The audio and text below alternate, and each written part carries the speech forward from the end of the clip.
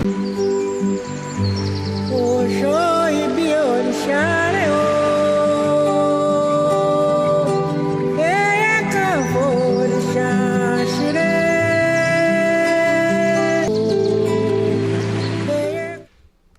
Frente com o Sagrado, o seu programa de amor e fé. Estamos chegando, mais uma vez, trazendo polêmica, discussão, orientação, perguntas e respostas. Hoje, fomos agraciados com uma presença ilustríssima no nosso programa. De Frente com o Sagrado está chegando e trazendo, neste momento, uma convidada muito especial. É uma pessoa no qual eu tenho um carinho imenso, por tudo que já vivemos, discutimos e buscamos sempre no meio religioso, no qual somos seguidores da nossa matriz da cultura afro, buscar orientação, esclarecimento. Tenho o prazer de ter ao nosso lado hoje Dr. Mário César Barcelos, dispensa comentários, já é o nosso convidado especial de sempre. Adriana Souza, uma pessoa ilustríssima, filósofa por formação, professora, diretora de algumas escolas no estado, pós-graduada em gestão política, uma pessoa que tem um conhecimento muito vasto sobre a cultura e sobre o trabalho que ela desenvolveu com muita ênfase e com uma qualidade belíssima perante a Secretaria Estadual dos Direitos Humanos. A Adriana, para quem não sabe, conhece agora, também é orientadora espiritual. Tem sua casa, tem seus seguidores, no qual ela procura, além de passar o conhecimento religioso, ela procura passar o conhecimento daquilo que ela viveu, que ela conhece bastante, que é a questão profissional, dando na religião os princípios da sua formação. Adriana, querida, nos fale um pouco do seu trabalho frente à Secretaria dos Direitos Humanos, no qual você fez parte há muito tempo, defendendo essa questão da orientação sexual e a identidade de gênero. O que você pode nos falar sobre o seu trabalho, querida? Primeiramente, é um prazer estar aqui contigo, Miro, é um prazer estar aqui com o Dr. Mário, né? E dizer que realmente a gente tem esse estereótipo, né, já taxado de que nossas religiosidades de matriz africana são rodeadas de pessoas ignorantes, e não é verdade, né? Eu estive na Secretaria de Direitos Humanos durante 3 anos, né, e passei por vários segmentos dentro da área de direitos humanos, e a gente pôde estar nesse período, além de fazer um trabalho ao longo de todas as cidades, ou quase todas as cidades do estado do Rio Grande do Sul, na área de garantia dos direitos de todos os humanos, né? Porque a gente fala em direitos humanos e pensa que é uma coisa específica, né? Hoje em dia é muito moda ligar direitos humanos a direitos de presidiários, a direitos, né? E, na verdade, não. A gente está falando de um todo, inclusive do direito das pessoas em vivenciar a sua religiosidade, a sua espiritualidade, né? Da forma que for e no contexto em que estiverem, né?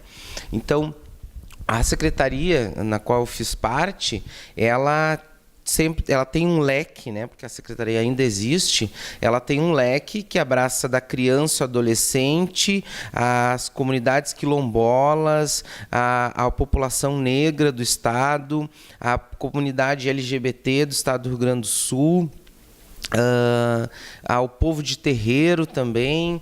Então, é uma secretaria que visa implementar políticas públicas para diversos segmentos, né? E é uma secretaria que tem esse objetivo, que é garantir que os direitos sejam validados no cotidiano da sociedade e implementar política pública, né? Por isso que a gente ia nas cidades, conversava com as pessoas e com as organizações de cada sociedade para pensar e formular política pública para esses segmentos da sociedade. O que nem sempre é possível, né? Porque a gente, nessa luta, né, a gente vai batendo por diversas coisas, né?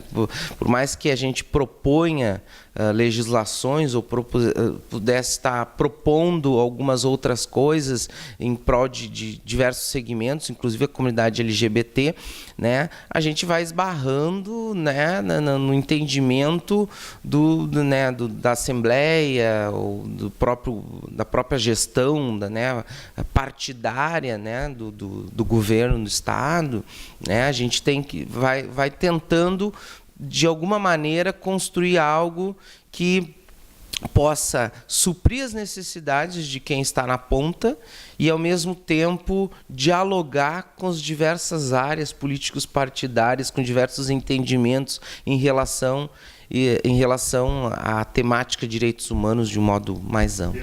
Esse período que vocês têm feito a secretaria, tá? Teve algum segmento específico que você vivenciou?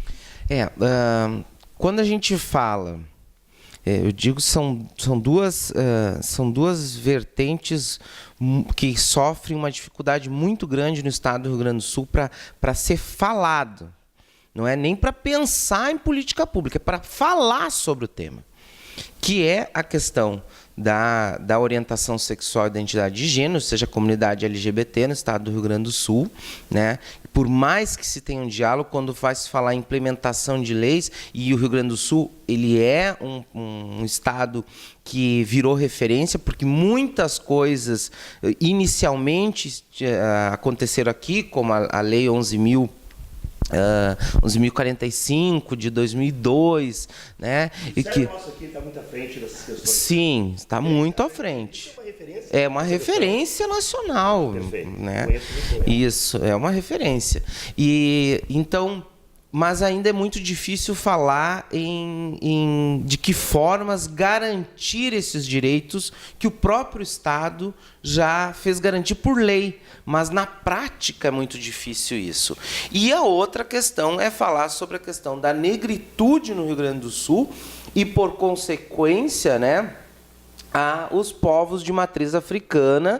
E aí, quando a gente vai falar, quando eu falo da negritude, eu estou colocando junto, né, os povos de matriz africana, os quilombolas, porque tudo que é ligado à questão, inicialmente, né, a questão do povo negro no Rio Grande do Sul, bate em várias barreiras para a implementação de legislações e para a implementação de política pública mesmo. É difícil falar sobre, por exemplo, sobre o povo de terreiro no estado do Rio Grande do Sul sem que esteja altamente estigmatizado assim, como algo ruim e taxado como algo não benéfico para qualquer partido público levantar bandeira. Mas aí, doutor Mário César e Adriana, eu já quero polemizar com vocês.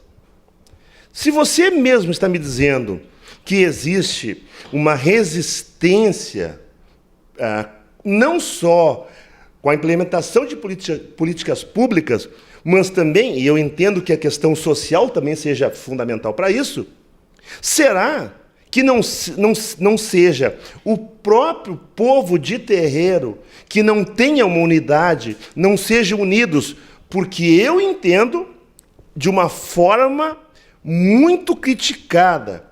Porque eu sempre disse, e eu sempre falo nos meus questionamentos, que eu não consigo ver esse povo do axé, como se chama na Bahia, né? Povo do axé, esse povo da cultura da matriz, um povo unido. É o povo mais desunido que eu já vi. E sabe por quê? Pela questão da fogueira das vaidades. É uma disputa de beleza, é uma disputa de vaidades, e que aí eu acho que leva para o desencontro. Então, como é que você, pertencendo a uma secretaria, brigando pelos direitos dos quilombolas, dos negros e dos afro-umbandistas, como é que você vai sozinha brigar contra eles mesmos que não são unidos? Não temos aí um problema muito sério também? Vocês não veem dessa questão? Bom, Para falar em preconceito, a gente vai ter que voltar no passado. Porque o preconceito com relação a negros, vamos dizer, e a própria religião, ela nasceu na África também.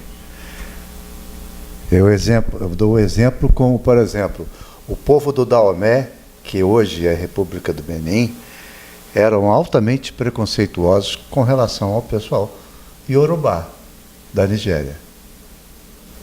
E vice-versa.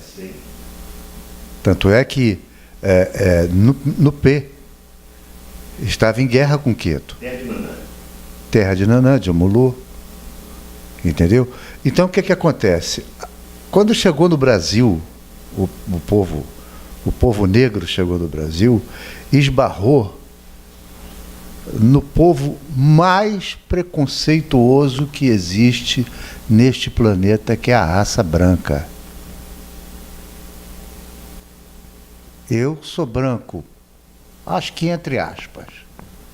É Moro, você é Moro. Sabe? Acho que eu sou, eu acredito que seja. Mas se olharem para mim, está lá escrito raça branca, caucasiano. Doutor, só para dar uma ponte, você sabe, meus amigos, como está na minha certidão de nascimento? A minha cor é parda clara. Está na minha certidão. Isso é uma brincadeira.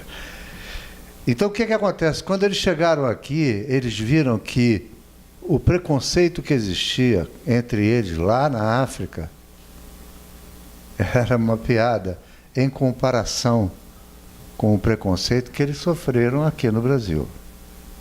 Boa colocação.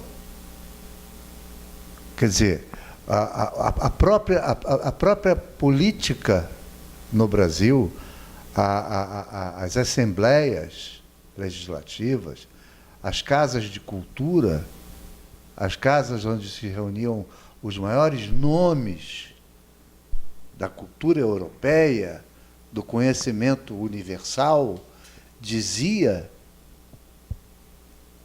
que negro não era só subraça.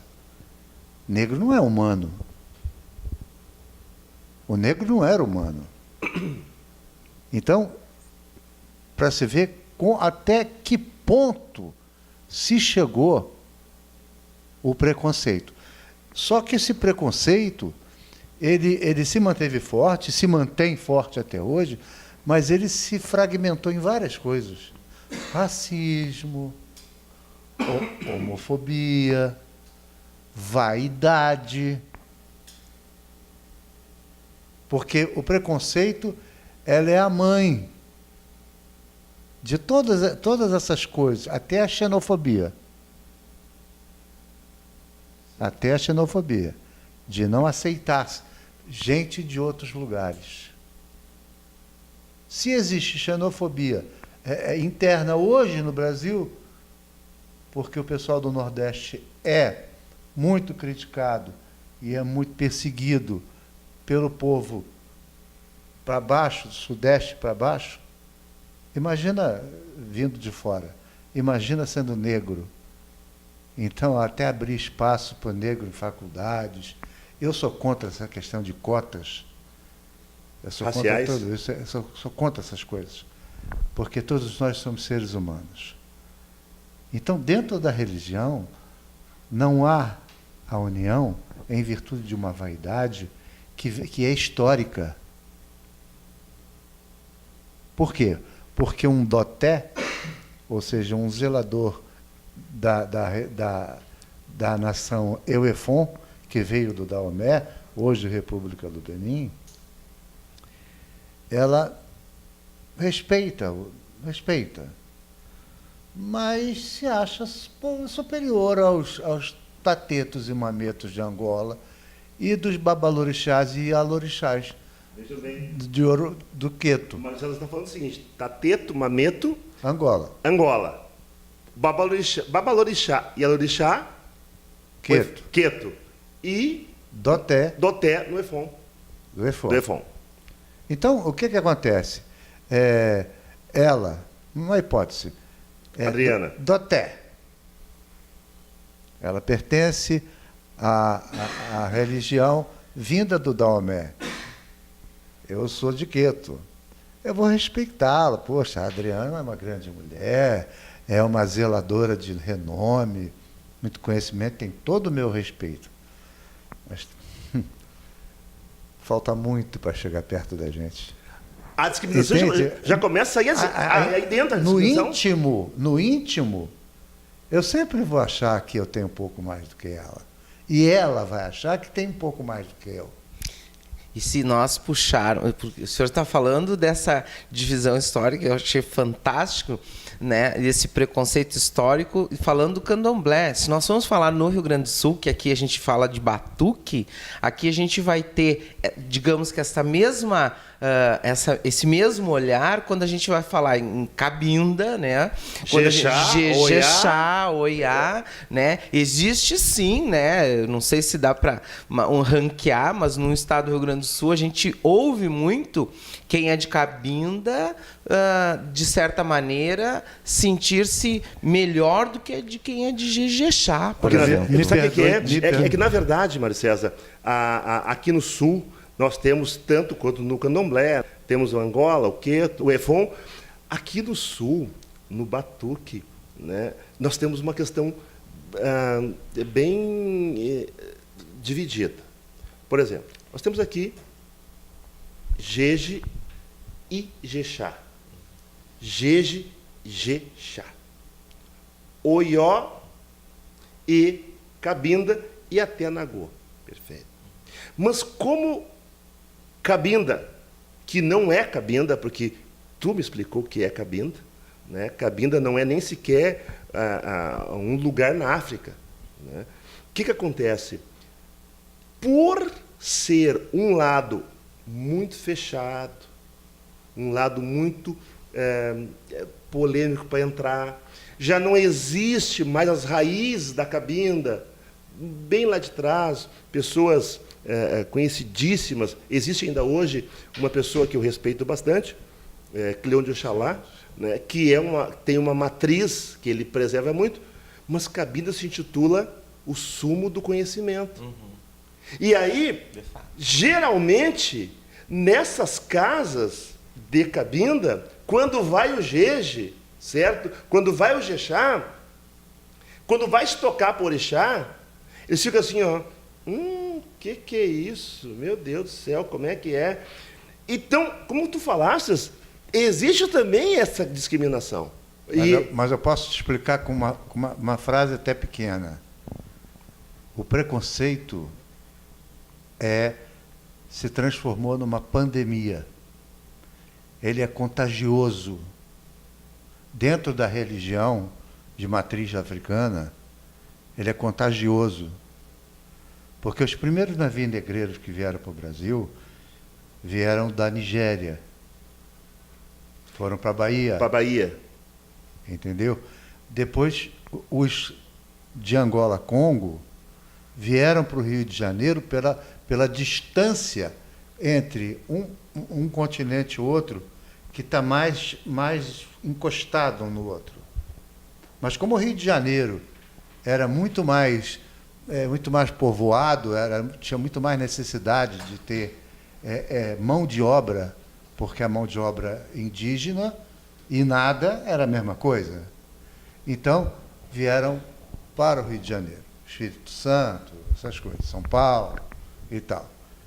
Só que o preconceito começou a descer e subir. Por quê? Quem chegou até o Nordeste, excluindo a Bahia, e que criou o Xangô do Nordeste, isso vem do Amazonas.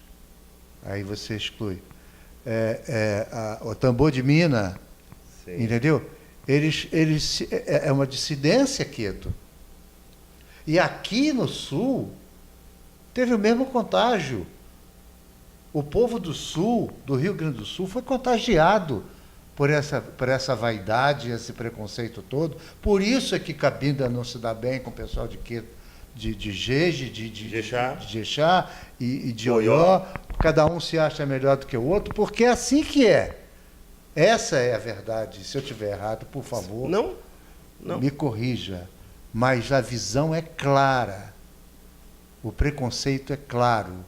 Então, ao invés de se unirem, porque, olha, eu vou dizer uma coisa para você, a religião afro, ela venceu todas as barreiras, mesmo com todas as famílias mutiladas, separadas, espezinhadas, mortas covardemente, como foi a história podre desse país, porque o Brasil não tem uma história bonita, desde a descoberta, porque os bandeirantes, exaltados bandeirantes, eles destruíram milhares de aldeias para abrir o Brasil, para abrir estradas no Brasil, para fundar cidades no Brasil. Então não venha me dizer que o Brasil... Mas ali também já tinha discriminação para Claro, jesuítas? mas é claro. A discriminação não era só com negro, era com índio. Isso é um bando de ignorante, analfabeto, estúpido, selvagem. Adriano, tu tá aí nos olhando aí, tu quer falar alguma coisa. Eu sei que tu quer falar alguma coisa. Eu quero que ela diga, não, você está errado num ponto. Por favor, fique à vontade. Não, eu concordo em gênero, número e grau, né? Eu falo sempre que é necessário que a gente comece a implementar, inclusive nos nossos espaços, né, religiosos, o processo de descolonizar as mentes, eu falo isso, né? Que é tu tirar essa ideia que é mantida no nosso Brasil, né? Depois de tantos anos, a gente ainda continua como pessoas colonizadas, assim. A gente ainda acha que a gente vive sob domínio europeu, a gente ainda acha que o bonito é o de fora, não é a produção interna. E a gente vive e muitos desses preconceituosos dentro da religião são pessoas que acham que a sua nação é mais verdadeira, mais pura, mas disseste uma coisa fantástica, é aquela coisa, a nossa religião é fantástica porque resistiu imensamente e se adaptou. Eu digo, e aí talvez seja polêmico, eu sempre digo, me apresente uma casa no Brasil, candomblé, nação, que faça religião puramente africana que se fazia. Não. Todas foram adaptadas. E a partir do momento que eu tive que adaptar, a partir do momento que Miro teve que adaptar, que você teve que adaptar, a sua mãe de santo, seu pai de santo, quem ele fez, seu feitor, teve que adaptar em algum momento alguma coisa, nós não estamos falando mais de algo extremamente puro, que vem da ideia, né, vem dessa ideia do caucasiano, né, do ariano, da raça pura, que é isso que trazem para a religião africana, né? Dessa coisa a minha é mais pura, né? Os de Cabinda falam da questão do pai Valdemar, do Camucá e tudo mais, né? Tem toda a história dele, então o rei, né? E uma história que, na verdade, eu até li sobre essa questão do Camucá, é uma história que na sua história ela se perde, porque já se diz que nem existe o Xangô Camucá. Tá? A própria história se desconstrói quando começa a não ir ao encontro daquilo que eles mesmos afirmam. Vejam bem, meus amigos, nós estamos aqui, sob hipótese alguma, querendo discutir sobre Cabinda, porque nós nem conhecemos Cabinda. Estamos falando sobre religião e sobre aquilo que a gente lê e que a gente sabe. Nós estamos aqui para trazer aos senhores, né, e até os próprios nossos amigos da nossa matriz, a questão da discussão. E discussão, quando você mesmo falou, porque a religião é a religião da resistência. Mas, meus amigos, tudo que é resistência é minoria. E nas minorias, eu pergunto para vocês, tá? Por que a Igreja Católica, por que a Igreja Evangélica conseguem, e até a doutrina espírita também, por que eles conseguem? Eu não sei se vocês deram conta qual é o nosso ranking na questão de percentual sobre seguidores da nossa religião? Vocês se deram conta? Qual é o nosso ranking em colocação? É muito pequeno porque as pessoas negam que você doce. Bom, vou chegar aí. Eu vou chegar aí, concordo contigo. Mas acontece que eu não consigo entender por que a igreja evangélica, a igreja católica, ela consegue congregar tanta gente, vejam bem, unidas. Se nós tivéssemos uma minoria unida, seríamos mais fortes, mas nem a minoria é unida. E aí como é que eu vou querer enfrentar um outro segmento, de qual ordem seja, se eu não consigo ter dentro do meu segmento a unidade? Eu estive indo a Salvador, estou indo seguido agora, porque eu estou fazendo parte lá do Ilha Pofonjá, lá na Mãe Estela, então eu estou vivendo o candomblé diariamente, aliás, com frequência, e eu digo, adoro o batuque, de onde eu vim, onde eu estou e para onde eu vou. Mas o candomblé é muito lindo. O candomblé é muito lindo. É uma estrutura. Tem começo, tem meio e tem fim. O meu Deus, o seu Deus, é o Deus de todos nós. Que abençoe vocês. Até semana que vem. Oxói, Biorixá.